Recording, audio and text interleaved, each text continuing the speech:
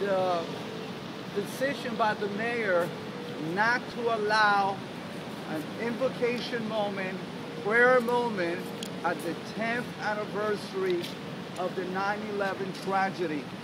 I remember being here on that very Friday, coming with pastors and coming with chaplains, right on ground zero, and seeing first responders really discouraged, disappointed. The recovery effort was not turning out the way it was supposed to be, but also seeing how when the clergy showed up and seeing the faith-based community arise and help the first responders. We know that the first person that was drawn out of the ashes was Father Michael Judge, a man with a vision, a man with a passion and compassion, who went in knowing the dangers and ironically being the first one being pulled out of the rubble. We say today that prayer must be included. Prayer is what's gotten families through this tragedy. Many of these families are still grieving. I'm a licensed mental health counselor and also a college professor in the counseling field, and I could tell you that prayer helps. I could tell you that every piece of research substantiates the fact that prayer and spirituality gives fortitude, gives strength to those who have experienced loss. Just a recent research showed us that in the military, dealing with trauma, that there is nothing like prayer and spirituality that can help people deal with post-traumatic stress. The mayor says that there is not enough time. I say there is always enough time for what matters. What about a 1 or 2 minute prayer? We pastors know how to pray short prayers or long prayers. We know how to fit into the schedule.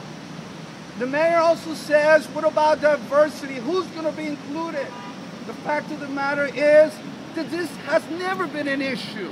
At the city council today, we're going to have a member of the clergy. I don't even know who's clergy, from which council member is coming, but we respect every single one of those members of clergy that come in, because we know that they come with the best intentions for the city council and for the community.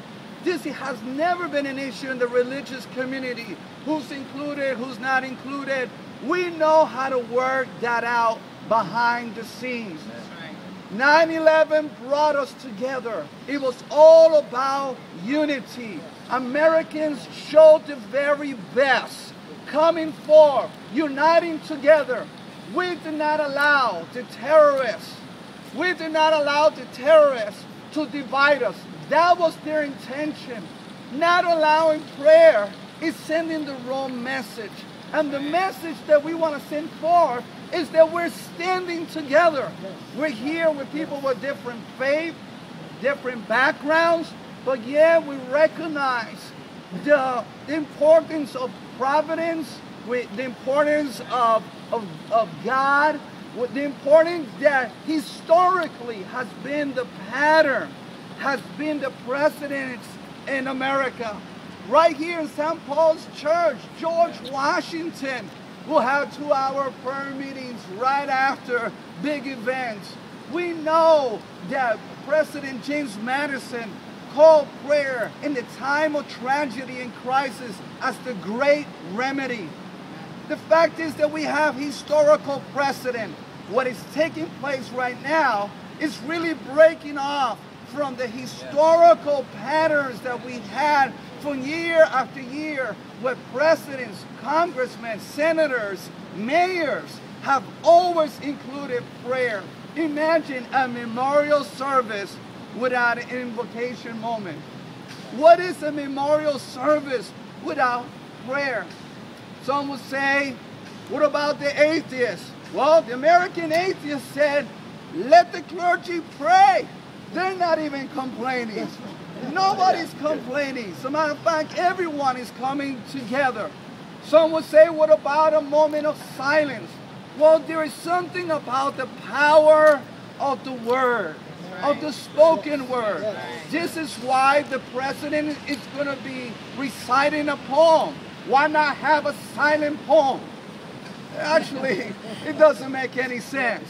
The fact is that there's something to be said about a vocalized prayer. And prayer has been part of the American tradition. It's like apple pie. I mean, we just can't think of having an event of this magnitude that is going to be watched from all over the world. The eyes of the world is going to be in this one event. I know the mayor perhaps was concerned about what the religious communities will say.